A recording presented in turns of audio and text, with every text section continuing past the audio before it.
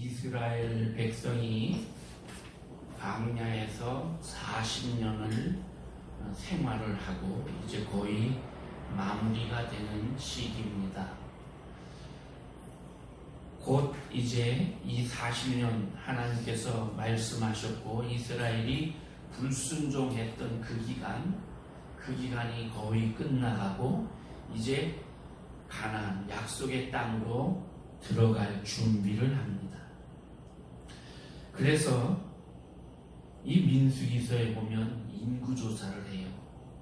우리가 숫자가 몇 명이나 되는지 정확히 파악을 해야겠다. 그래서 인구조사를 하고 그 다음에 제사 제도를 새롭게 이야기를 해줍니다. 이렇게 하나님께 예배 드리는 것이다.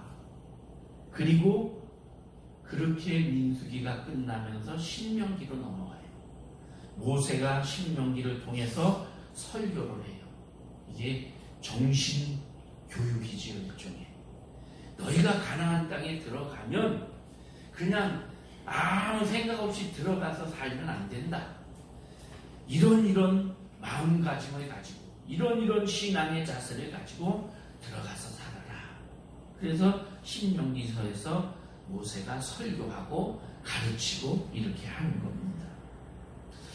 오늘 우리가 읽은 이 민수기 28장과 29장은 하나님께서 모세를 통해서 이스라엘 백성들에게 저 가나안 땅에 들어가서 지켜야 될 제사의 규례, 제사의 법칙을 이야기해 주고 있어요. 여러 가지 절기와 함께 통일되게 쫙 일사불란하게 말씀을 해줘요. 이미 그 앞에 성경에 보면 민수기 15장, 그리고 출애굽기 23장, 29장, 32장, 그리고 레위기 23장 이런 곳에서 제사 제도를 얘기를 했어요. 근데 거기서는 조금 산만하고 통일되지 못한 듯한 모습이 있었는데 요 신명기 28장, 29장에서 아주 조직적으로 잘 정리된 제사법을 말씀을 해주십니다. 대부분의 제사는 절기와 관련이 있어요. 그래서 절기를 쭉 얘기하면서 우리가 읽은 말씀에도 보면 무슨 안식일, 그 다음에 여러 가지 유월절이나 나팔절이나 이런 절기들을 이런 것과 함께 제물은 어떤 거를 드려라 이렇게 말씀을 해 주신단 말이에요. 그렇게 정확하게 말씀해 주시지만 이 구약의 제사는 불완전한 거지요. 그래서 신약의 예수 그리스도께서 오셔서 제물이 되어 주심으로 이 제사는 완성이 되는 거예요. 그 구약은 예수님의 그림자예요. 이 28장, 29장에 나오는 제사를 쭉 살펴보면 이렇게 구분합니다.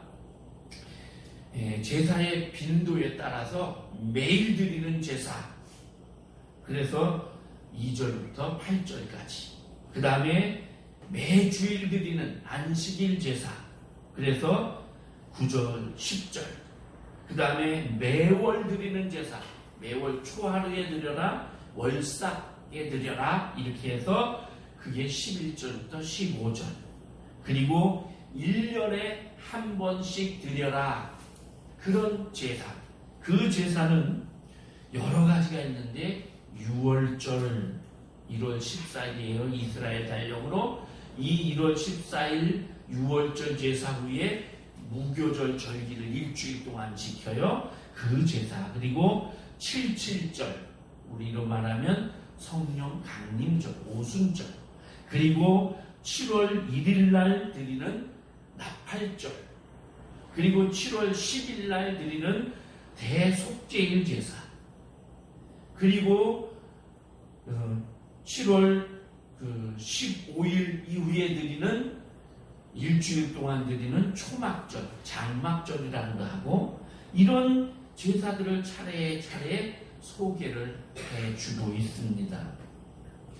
민수기 27장까지 출애굽해서 광야에서 사는 동안에 태어난 사람들, 20세가 넘었던 사람들은 다 죽었어요. 갈렙과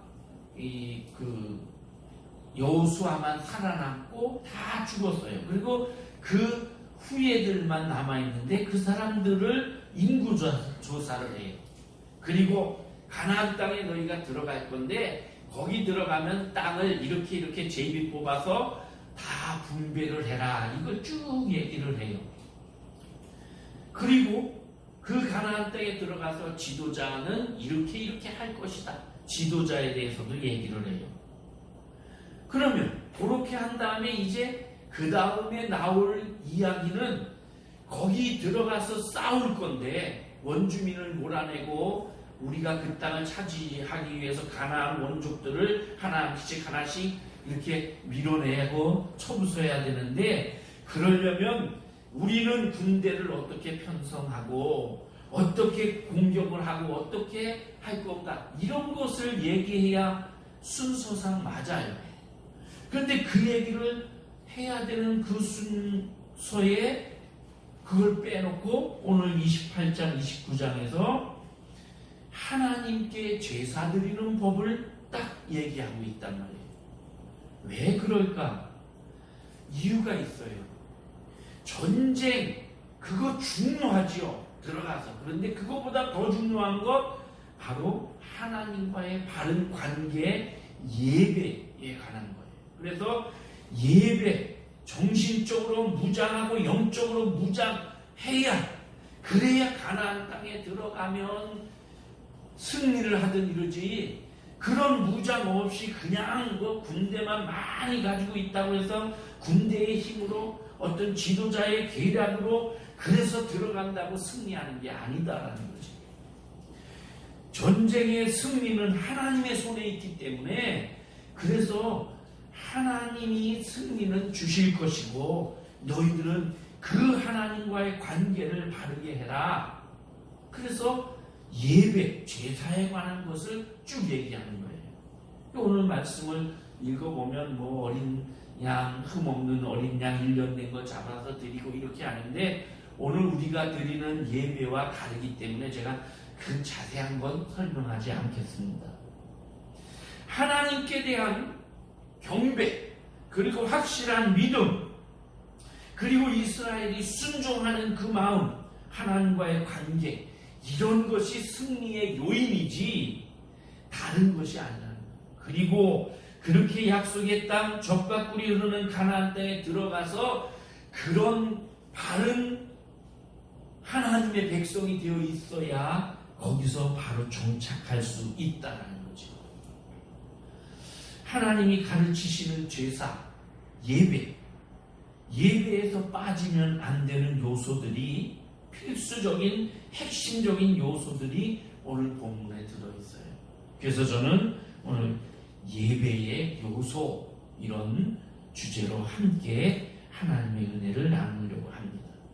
첫 번째, 예배의 대상은 오직 하나님이시라는 겁니다. 2절에 보면 이스라엘 자손에게 이르라, 그들에게 명하여 그들에게 이르라, 나의 예물, 나의 식물되는 화제, 나의 향기로운 것은 너희가 그 정한 시기에 삼가 내게 드릴지니라. 여기 보면 예물, 화제, 향기로운 것, 이게 제사에 필요한 제물과 필요한 향료와 이런 것들이에요. 그런 것들인데 거기 보면 나의 것, 내 것 계속 하나님이 나라는 걸 강조하십니다. 이건 뭐냐면 하나님께 드리는 제사의 대상은 오직 여호와 하나님 한 분이시라는 겁니다. 우리가 하나님 앞에 예배하는 그 예배의 대상은 오직 하나님 한 분이라는 거예요. 이걸 잊어서는 안 돼요. 가나안 정복을 딱 하게 되면 필요한 게 많잖아요. 무기도 갑옷도 다 준비해야 되고 뭐 그냥 가서 공격 앞으로 한다고 공격이 되는 게 아니니까 적당한 훈련도 해야 되고 작전도 짜고 뭐 서로 이렇게 하면 나가고 이렇게 하면 뒤로 가고 이런 신호도 하고 이런 걸 다 해야 되는데 그것보다 더 중요한 하나님께 예배하는 것, 하나님과 관계를 바르게 하는 것, 이게 중요하고 그 예배는 오로지 만군의 하나님 여호와께 드리는 것이다 라는 거예요. 우리의 예배를 받으시는 분은 하나님이십니다. 그런데 아무도 이 자리, 하나님이 계셔야 되는 이 자리, 이 영광을 가로채서는 안 돼요. 근데 마귀는 이 자리를, 이 영광을 가로채려고 해요. 많은 사람들이 교만해져 가지고 그 자리를, 그 영광을 자기가 받으려고 해요. 오늘날 많은 목회자들이 이런 우를 범하고 있어요. 종종 교회 이렇게 무슨 행사 이런 데 참여를 해보면서 저는 그런 걸 많이 느낍니다. 교회에 임직자를 세우는 뭐 장로, 권사 이런 임직 감사 예배 있죠. 또 교회를 건축을 다 끝내놓고 하나님께 봉헌하는 뭐 입당 예배나 봉헌 예배. 목사님들이 공부 열심히 하셔가지고 박사학위를 받으셔가지고 교인들 앞에서 이제 박사학위 받은 거 감사, 학위 취득 감사 예배 이런 거 드려요. 또는 목사님들이 지역에서 활동하다 보면 기독교의 중요한 단체 장이 되기도 해요. 뭐 무슨 한국 기독교 총연합회 회장이 된다거나 뭐 이런 거, 아니면 노회장이 되기도 하고, 하여튼 조금 지도자급인 그런 자리에 앉기도 해요. 또는 뭐 지역에서 하는 어떤 교동연합회 회장이라든가 경찰서와 관계된 경목위원장 이런 거 되면 그런 거 돼서 취임 감사예배 이런 거 드린단 말이에요. 감사하고 좋은 거지요. 근데 제목은 감사예배인데 내용을 보면 하나님의 이름만 빌려놓고 그냥 자기들끼리 축혀 세우는 그런 예배가 많아요.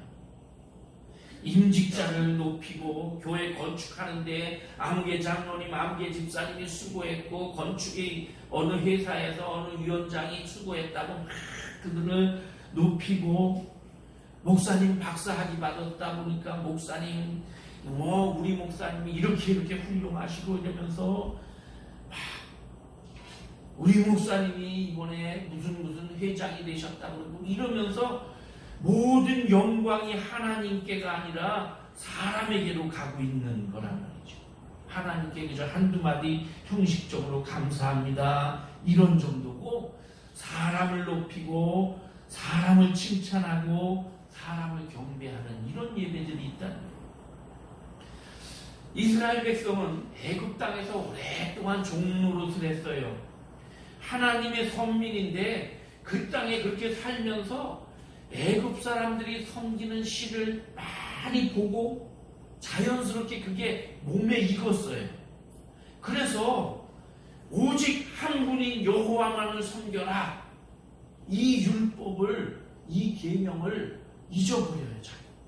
그러니까 우리가 아는 대로 시내산에 올라가서 모세가 지도자가 없어지니까 그 40일을 못 견뎌가지고 자기들끼리 금송아지를 만들어 놓고 이게 우리 신이다 이러고 섬기잖아요. 왜 금송아지냐? 애굽에서 애굽 사람들이 섬기던 신이에요, 그게. 그러니까 거기서 보고 배운 거 그거 따라서 금송아지 만들어 놓고 이게 우리를 애굽에서 인도해낸 신이다 이러면서 춤추고 찬양하고 이랬단 말이죠. 애굽에는 수많은 우상이 있어요. 영화 십계라는 영화가 있죠. 이 영화를 잘 보면요, 그 내용도 재미있지만 거기 나온 사람들 분장한 이 모습, 옷이라든가 이런 게 다 고고학적으로 증명을 하고 다 맞춰서 한 거예요. 그래서 참 그걸 보면 그 시대의 의상이라든가 왕이나 백성들 그런 모습을 볼 수가 있어요. 거기 보면요, 바로 왕이 앉은 보좌 있죠. 그 왕좌에 탁 앉아 있는데 그 좌우에 이렇게 손거리한 거기에 사자 모양의 스핑크스가 탁 있습니다. 이게 애굽의 신입니다. 그리고 바로가 이렇게 머리에 탁 띠를 띠고 있는데 거기에 이렇게 코브라가 뱀이 딱 이러고 있어요. 이게 신이에요, 애굽에. 그리고 바로가 이렇게 차고 있는 허리띠 그 버클 있죠. 이 버클을 보면 그게 딱정벌레 모양이에요. 이게 다 신이에요. 그러니까 하나님께서 모세를 통해서 가서 10가지 재앙을 내리잖아요. 이 10가지 재앙이 그냥 뭐 괜히 내리시는 게 아니고 애굽의 신들을 하나씩 하나님께서 공격해서 쳐부수는 거예요. 그게 다 애굽의 신이에요. 나일강, 그 나일강이 피로 물들었잖아요. 나일강을 애굽 사람들은 신으로 섬겼어요. 왜냐하면 홍수 때가 되면, 우리나라도 장마철이 되면 막 비가 쏟아져서 뭐 물에 잠기고 옛날에 많이 그랬잖아요. 나일강이 홍수 때가 되면 범람해가지고 막 밀고 내려오면 강 주변에 있던 집들이 다 쓸려 내려가고 마을 하나가 없어지고 이런단 말이에요. 이거는 나일강의 신이 하는 일이다, 이렇게 보는 거예요. 어떤 해는 그냥 피해가 심하고 어떤 해는 덜 심하고 이러니까 나일강 신이 많이 노하시면 우리가 피해를 많이 보고 이렇게 생각을 하는 거예요. 그 신을 섬기고 나일강에 가서 거기에 가서 절하고 이랬었는데 그 신을 모세가 지팡이 하나 탁 꽂음으로 피를 만들어 버리잖아요. 하나님의 주권에 있다는 거예요. 나일강이 범람하고 난 후에 개구리 떼가 올라옵니다. 개구리가 막 번성해서 개구리가 얼마나 많이 올라오는지 감당이 안 돼. 그러니까 애굽 사람들은 이 나일강이 보낸 신이 개구리라고 보는 거예요. 그래서 개구리 형상을 만들어 놓고 개구리 신을 섬겼어요. 그런데 모세가 말 한마디에 개구리가 벌떼같이 몰려오니까 야, 모세가 섬기는 신이 더 강하구나, 이렇게 생각하는 거죠. 이 재앙이 있잖아요. 이 우리 성경에는 이라고 되어 있는데 이게 딱정벌레예요. 딱정벌레가 나타나서 온갖 나무와 이런 가구들을 다 갉아먹고, 그러니까 이것도 신이고 파리, 악질, 독종, 우박, 메뚜기, 어둠, 이런 게 다 신이에요. 마지막에 장자를 죽입니다. 이 장자는 신이 주신 아들이에요. 신이 주신 아들이라고 믿는데 이 신이 주신 아들을 하룻밤 사이에 그냥 싹 죽여버리잖아요. 그러니까 우리가 믿는 신은 가짜구나, 모세가 믿는 저 하나님이 진짜구나, 이걸 보여주고 깨닫게 해주는 거지요. 애국 사람들이 특히 섬기는 신 중에 하나가 솥동구리 신입니다. 여러분 지금은 그 곤충 못 보는데 솥동구리 우리 어르신들은 알 거예요. 요만한 그 풍뎅이 같이 생긴 녀석이 솥동에 가서 솥동을 동글동글하게 말아가지고 뒤로 이 엉덩이로 이렇게 굴리면서 어디 땅속 자기 굴까지 가요. 그리고 그 속에다가 알을 낳아요. 그러면 그 안에서 이제 알이 번데기가 돼가지고 그래서 솥동구리가 또 나오지요. 이 솥동구리를 소나 말을 많이 키우니까 우리나라도 많았지만 애굽에도 많이 있었던 것 같아요. 이게 그걸 굴리는 그게 태양을 굴리는 신이라고 본 거예요. 태양이 떠오르는 것은 이 솥동구리 신이 태양을 굴려 올려와야 비로소 태양이 뜨는 거예요. 그러니까 해가 뜨지 않는 날은 이 솥동구리 신이 뭔가 노해서 일을 안 하는 거죠. 그렇게 생각한 거예요. 지금처럼 과학이 발달하면 에이, 태양이 떴는데 구름에 가린 거지 이러지만 그 당시는, 그런데 이 태양신이, 태양을 굴리는 이 신이 우리에게 이렇게 형상으로 나타나서 보여주는 거라는 거지요. 이 태양신의 후계자가, 태양신의 대리자가 누구냐? 바로 왕이에요. 그래서 태양신의 대리자라는 뜻으로 파로호라는 명칭을 쓰는 거예요. 이 태양신의 대리자인 바로를 벌벌 떨게 만들고 그의 후계자를 죽이는 분, 모든 애굽의 신보다도 강한 신, 바로 여호와 하나님, 내가 여호와인 줄 알리라, 이렇게 선포하면서 내 백성을 보내라 그러시잖아요.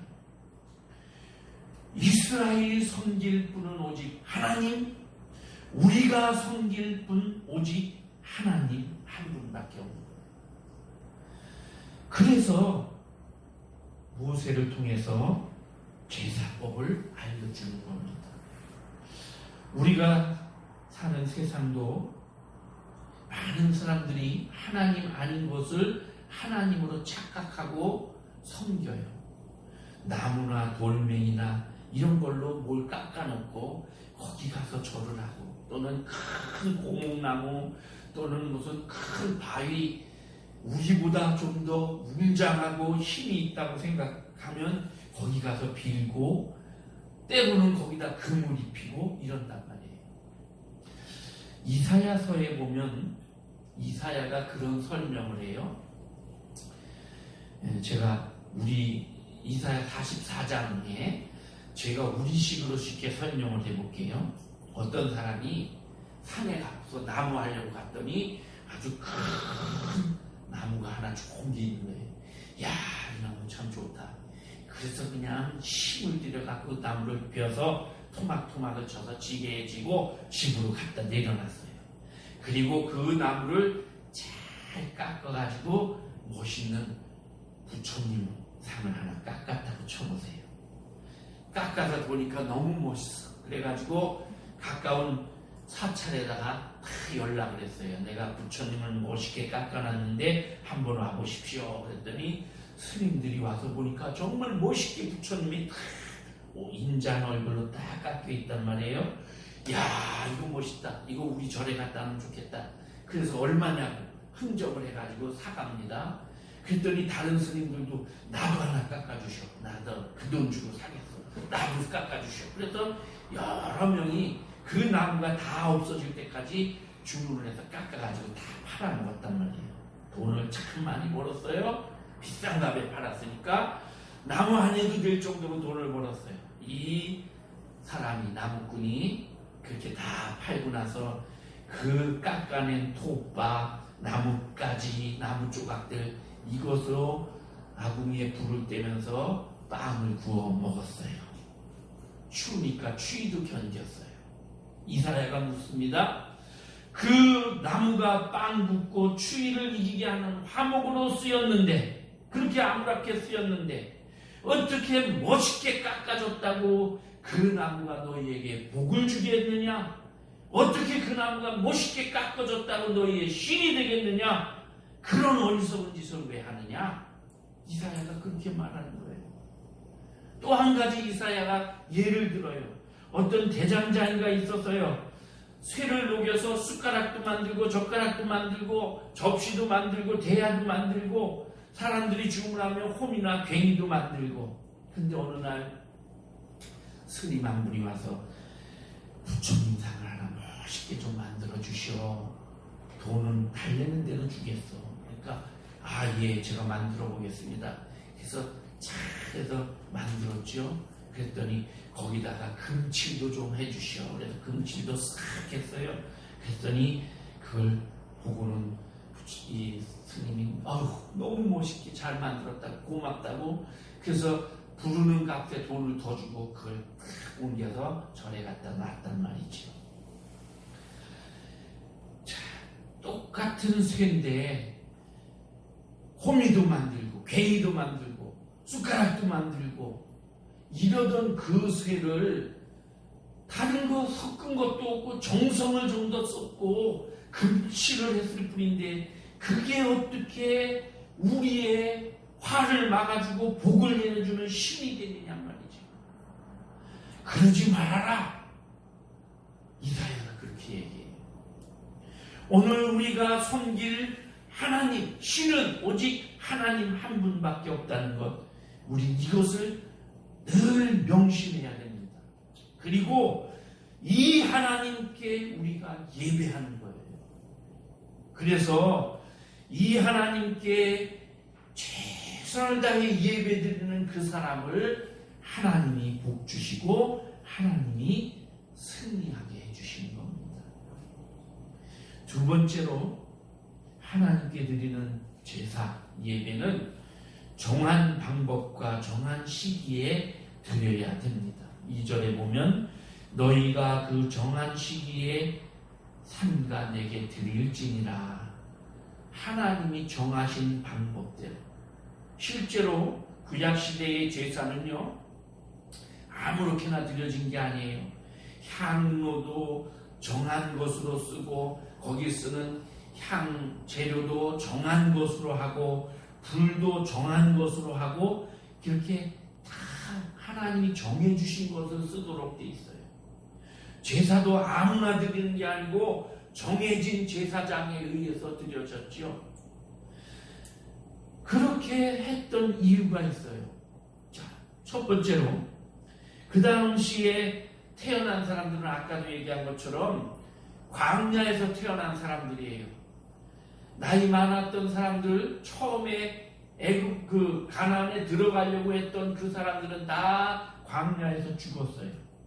새로 태어난 신세대들, 그 신세대들은 신의 산에서 이스라엘 백성에게 공포했던 제사법, 이거 다 몰라요, 잘. 그래서 그때는 어린 아기였거나 아니면 태어나지 않았던 그런 사람들이에요. 그런데 이제 광야에서 태어났단 말이에요. 좀 있으면 가나안 땅에 들어갈 텐데 그들에게 제사법을 가르치면서 하나님이 정한 것으로 해야 된다, 이렇게 정확하게 가르치기 위해서 이렇게 말씀하시는 거예요. 그리고 또 하나는 그 가나안 땅에 들어가려면 전쟁을 해야 돼요. 그러니까 전쟁을 해야 되고 계속해서 한 번에 끝나는 전쟁이 아니라 가나안을 점령해 탁 차지하기까지 계속 정복 전쟁을 해야 됩니다. 그러니까 지금 이스라엘의 마음은 전쟁에 다 가있어요. 들어가서 전쟁 나서 싸우면 내가 죽을지 다쳐서 불구자가 될지 아니면 승리할지 패배할지 이런 여러 가지 생각에 머리가 복잡하단 말이에요. 그런데 하나님의 제사 얘기를 하니까 아이 그 제사 끝까지 너 그냥 대충 드리고 말지, 이러기 쉬워요. 전쟁의 마음이 뺏겼기 때문에 예배에 대한 그런 마음이 없어. 그런데 하나님은 전쟁보다 중요한 거 예배다, 이렇게 말씀하시는 거예요.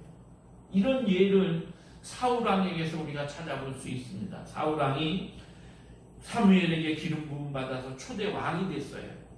사무엘이 말합니다. 사울왕이시여, 이제 길갈로 가셔서 나를 기다리십시오. 내가 거기서 왕을 위해서, 이 백성을 위해서 하나님께 제사를 드려주겠습니다.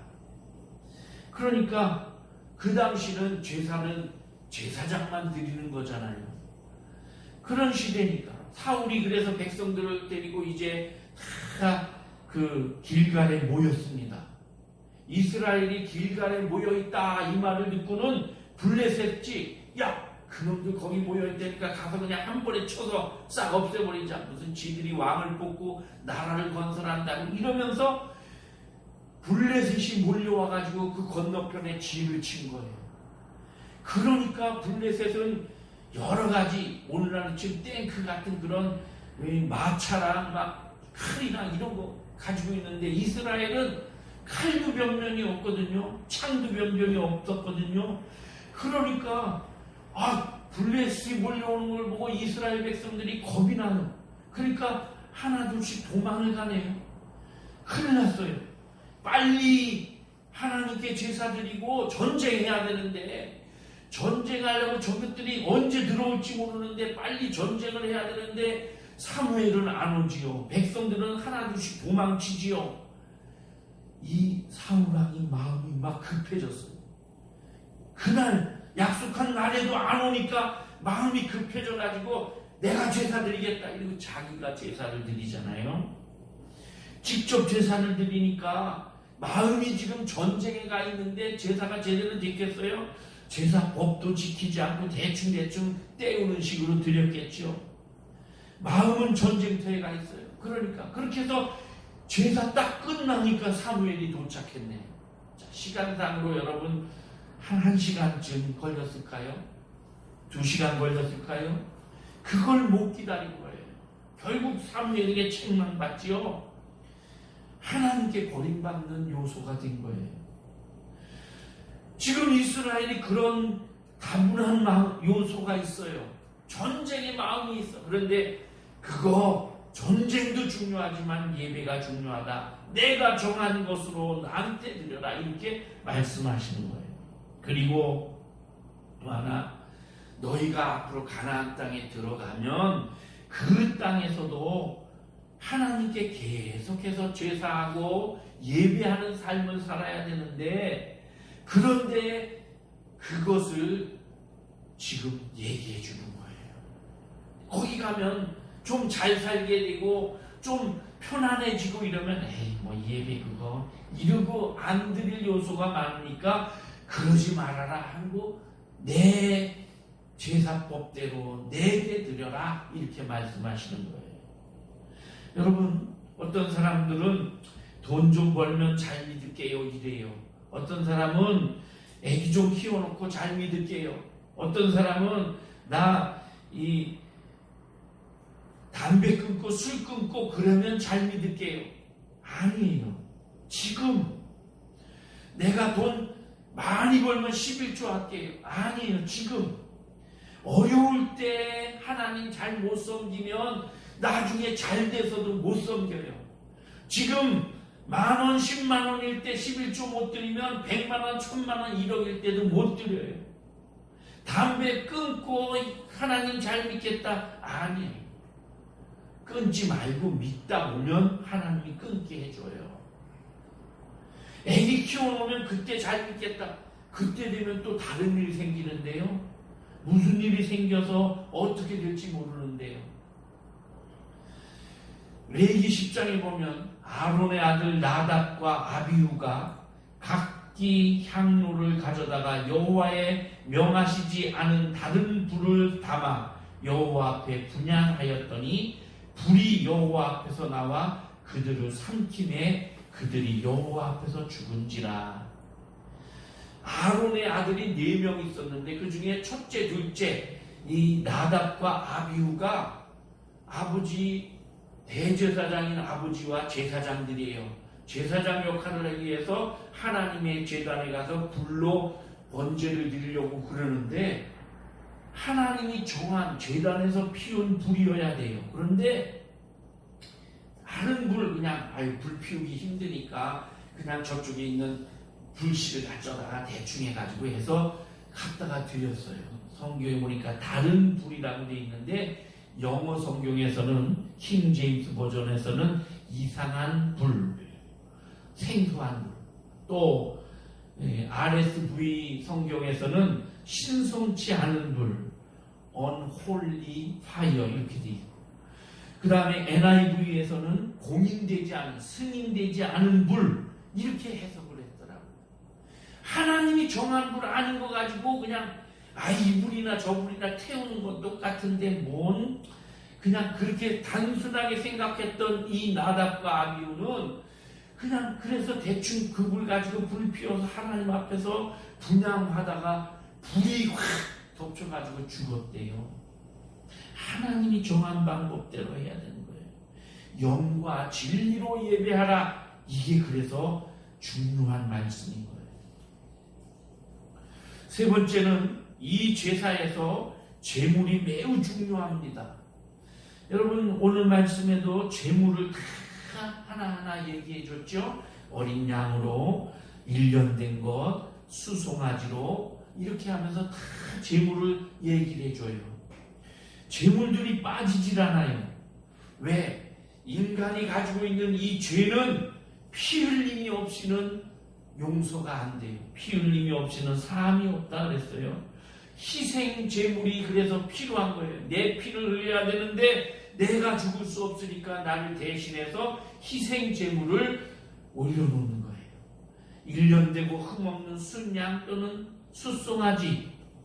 그런데 이것들은 단회적이고 단편적이고 일회적인 거예요. 일회용 컵 같은 거예요. 한 번 쓰면 끝이야. 그래서 하나님께서는 영원한 효과가 있는 그런 하나님의 어린 양 예수 그리스도를 보내주신 거예요.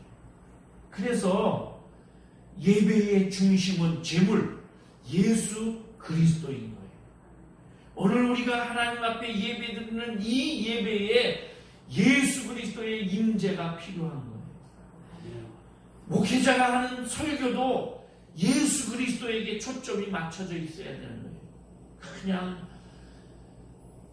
올라와서 드라마 얘기하다가 끝나고 무슨 세상 얘기하다 끝나고 철학적인 얘기하다 끝나고가 아니고, 물론 그런 것이 필요하면 인용을 해서 얘기해야죠. 그런데 예수 그리스도라는 제물이 빠지면 안 된다는 거예요.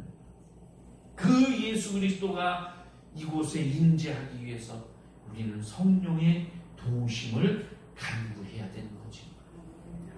네 번째 요소는요, 꾸준히 매일 상번제로 드리라는 겁니다.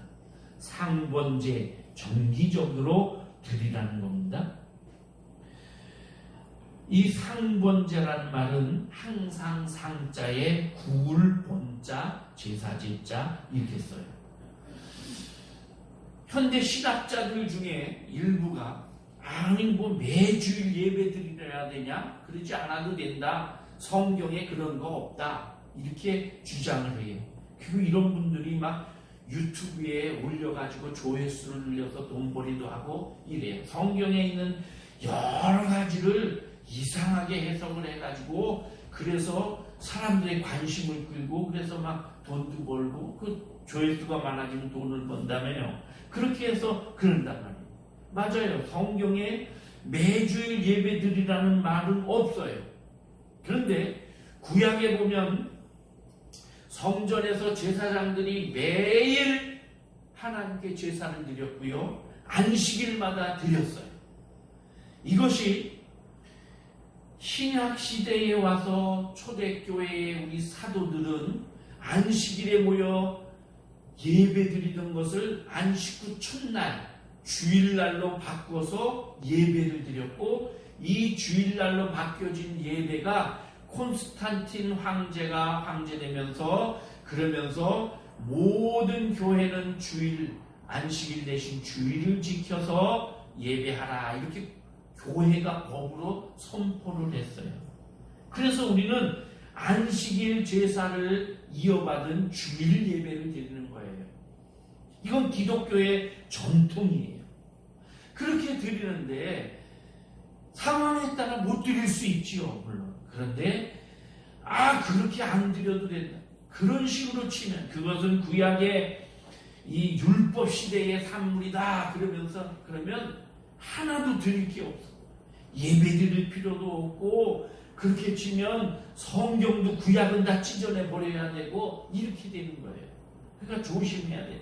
그럴듯한 말로 우리 믿는 사람들을 현혹하는 이런 가짜 복음들을 조심해야 돼.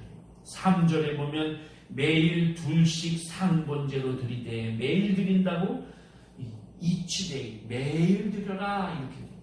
히브리어로 올라타미드 규칙적으로 드려라. 하나님과의 지속적인 관계를 말해요. 우리가 하나님 앞에 예배 드릴 때에 매주일 드리는 이유가 뭐예요? 하나님과의 규칙적인 관계, 계속적인 지속적인 관계를 위해서예요. 그저 생각날 때 한 번 와서 드리고 이게 아니고 하나님과 꾸준하게 관계를 유지하기 위해 드리는 거예요.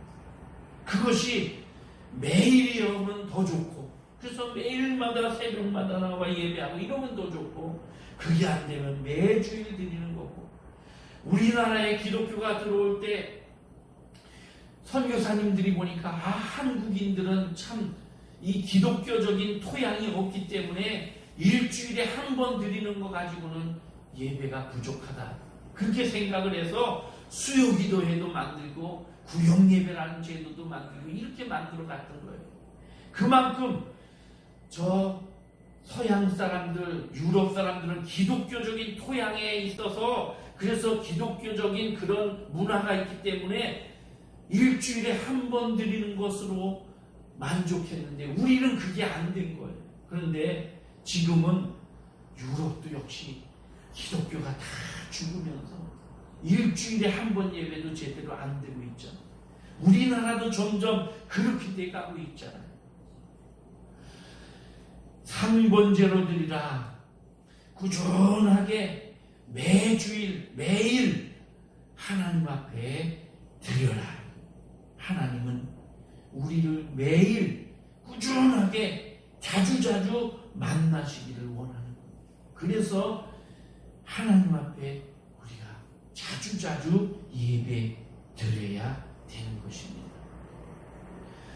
사랑하는 성도 여러분, 하나님은 우리의 예배를 기뻐하십니다. 하나님은 우리 예배를 통해 우리를 만나고 싶어 하십니다. 이 예배는 하나님께만 드리는 것.